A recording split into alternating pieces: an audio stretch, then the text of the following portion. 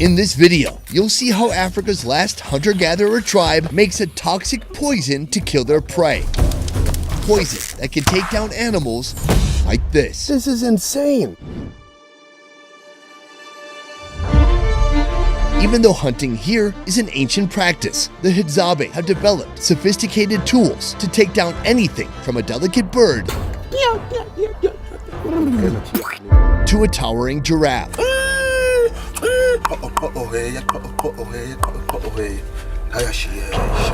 On my third and final day with this tribe, I'm on a mission to dive deeper into this hunting lifestyle. Do you think you will live this way the rest of your life?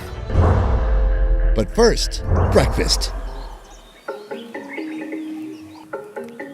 A modest breakfast of leftover monkey meat will sustain them until lunch. A couple nights ago, there was a hyena in the camp. You guys have a klipspringer just hanging from a tree. Are you ever worried about animals coming into your camp to take your food? No animal, they're afraid because they have bow and arrows, so they can shoot with the bow and arrows.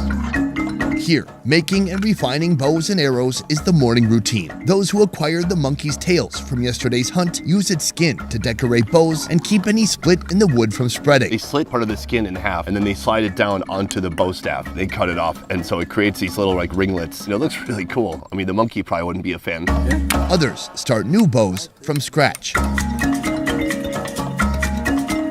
While there is no rule against women hunting, Hadza bows draw between 50 to 100 pounds of force, which restricts most women from participating in the single mode of hunting used here. However, the bowstrings are only made by women, traditionally using the ligaments of large animals. And then on this side, they're making kind of a small bow. Where will these bows end up? They give to their little boys. Bows and arrows are the first toys a Hadza boy receives, a practical gift to prepare them for the brutal hunter-gatherer life ahead.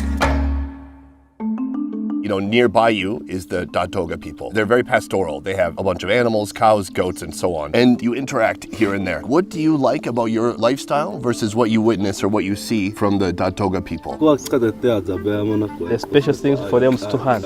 They like to live in this life. They don't want to be changed. But they like other people like Iraq or Datoga because they get some stuff from this tribe. Despite living a nomadic hunter-gatherer life, the Hadzabe maintained a trading relationship with neighboring tribes. Tobacco and metal arrows are valuable goods they can only get through trade. But a Hadza arrow is more than just metal and wood. Shaving, heating, and straightening is required for all arrows. But each arrow has a unique tip suited to hunting a different creature. Ofufu walks me through his personal collection.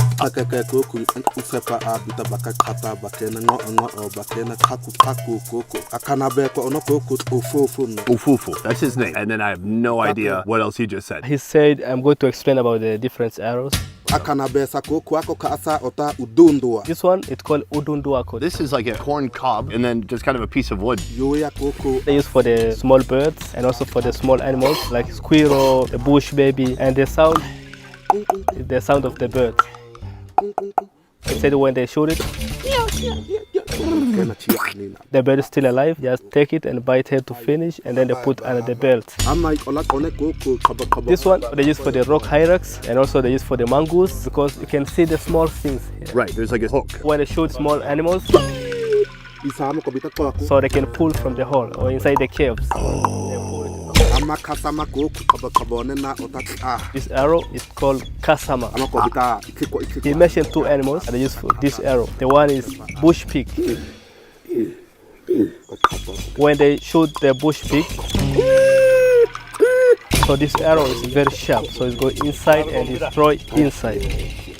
That was such epic storytelling. What is the biggest animal that you've ever seen hunted? The big animals he killed is antelope. He talked about this arrow they use for the big animal, the poison arrow.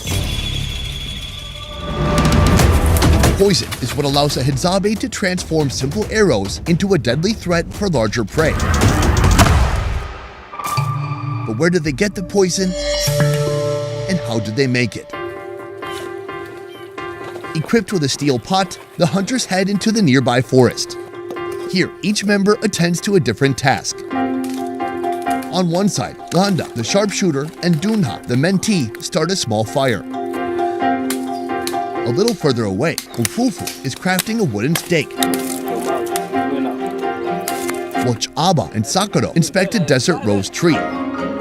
This tree will soon become a deadly poison capable of taking down a giraffe or a zebra. Back at camp, the women warm up their outdoor kitchen for lunch prep. The remaining klipspringer from the previous day's hunt is portioned. The rest is tossed back on the tree for future use. Quinbeleek checks for any remaining poison in the meat. If it's bitter, she spits it out and moves on. That bitter toxin is the same one these hunters are making now. I thought it would be something that's in the leaves. Maybe I've seen too many movies. They're looking for something that's within the tree, almost like a sap, a latex type material. They're gonna extract that and then somehow convert that into a poison that can go on the tip of an arrow and then hopefully into an animal. Using the stake, Ch'aba pierces the tree. Though this desert rose tree is native to Africa, most who pass by it would never guess the dangerous compounds that can be unlocked from within. With a piece of cloth, they squeeze the tree's pulp, retrieving its liquid.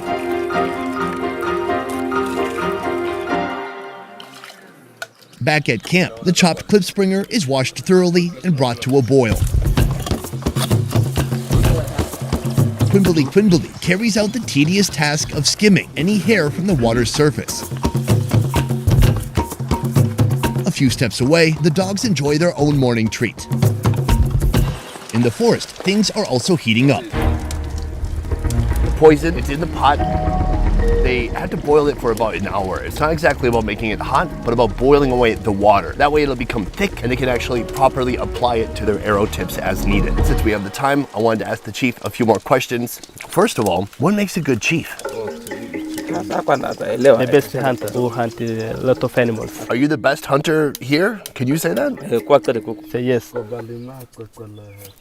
Do they agree?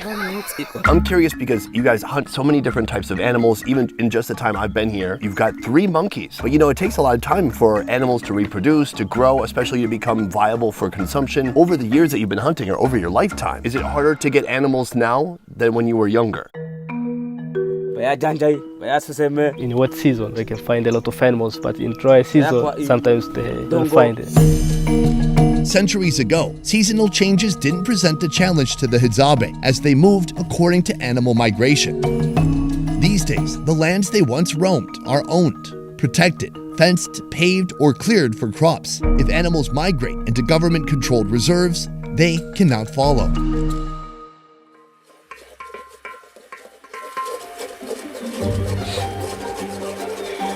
When the poison reaches the desired thickness, it's scraped from the pot.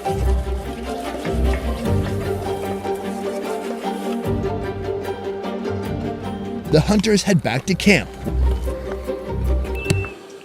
Ch'aba softens the poison paste by rolling it in ash and smashing it with a stone. They carefully wrap the paste around the arrow behind the tip. Once the arrow pierces an animal's skin, the poison will absorb into its bloodstream, dropping smaller animals within minutes and larger animals sometime over the course of the day. While the men finalize their weapon making, the women finish meal prep. Markalitico washes the cooking pot inside and out, the very same pot used to cook the poison. Ugali is a corn flour mixed with water and stirred until it's solid and smooth like sticky mashed potatoes. It's a common staple in many parts of Africa. But how did it end up here? In fact, how did this isolated society acquire steel pots, genes, or even the permission to live and hunt amongst the animals in Africa's wild? Allow me to pull back the curtain. In order to preserve the Hadzabe way of life, Tanzanian authorities and NGOs have provided them with substantial goods, including corn flour, salt, the clothing they wear under their animal hides, and even nylon for bowstrings. In addition, the Hadzabe are the only people not taxed by the national government. Just for myself to come here, I paid for pricey permits that directly fund efforts to sustain this fading culture. It is my final meal with the tribe here. If we were in the US, this would be enough meat for about 2 people. They're not eating huge quantities of meat. It's almost like they just want to flavor the ugali and enjoy just enough meat to get enough protein and enough satisfaction. But you don't see anyone really gorging themselves on meat alone. The chief has offered for me to partake. This looks like part of the backbone, maybe? Part of a shoulder blade? Oh, this maybe it's dry aged on the tree overnight. It is super gamey and actually tastes a lot more like mutton or goat or something like that today. And grandmother picked out a lot of the hairs. Well, there's a handful of hairs still on here. Have you ever gotten sick from the food you've cooked? If they feel like stomach ache, they can find a local medicine. I know they moved to this spot about 2 months ago, and eventually they're going to move to the next spot. When will you move from this camp to a different camp? It depends. If they still find the animals around, they will still live in the same place. But if not, they have to move. About every quarter, Hadzabe groups move camp to avoid overhunting or foraging in any one area. But the more their hunting land is lost, the sooner their culture will be squeezed out of existence. But hope is not lost. By 2011, the Hadzabe were entitled to 57,000 acres of land. It was the first time Tanzania had ever recognized a minority tribe's land rights.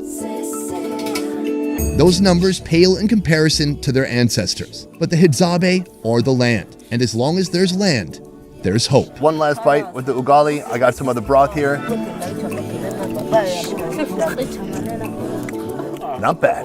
That is it for me. It is bittersweet. I've learned a lot, and I know that I also know almost nothing. There's just so much here. It's so different. It's so unique. It's such an interesting lifestyle. The Hadzabe carry with them a living history. I don't have to wonder how man survived thousands of years ago. Here, I can see it for myself. Far from superficial expectations and modern gadgets, here I've found humanity in its purest form. It's contained within the interactions of those who lead you, those who help you, and those who need your help. I do want to attempt to say in the local language, thank you. Gobea. Gobea. Nubea. Gobea. Gobea. Gobea. Ja'aba. Gobea. Best Ever Food Review Show is a small team of independent creators, and everything we do here works because of you guys. Click the link in our description to join our Patreon and receive exclusive benefits. A peace. Ufufu. Gobea. Gobea. Gobea. Doing my best. Gobea. I don't even know how you make that sound. Okay, watch this. Can you do that? Can you do that? Can you do the water drip sound?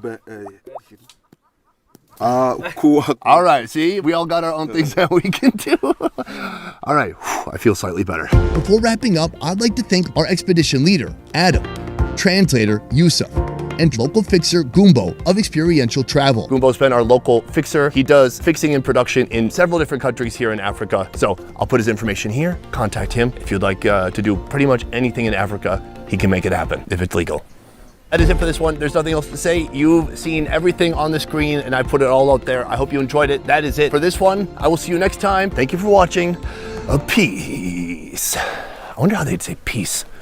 A peace. Peace. I don't know. I can't do it. I need to practice.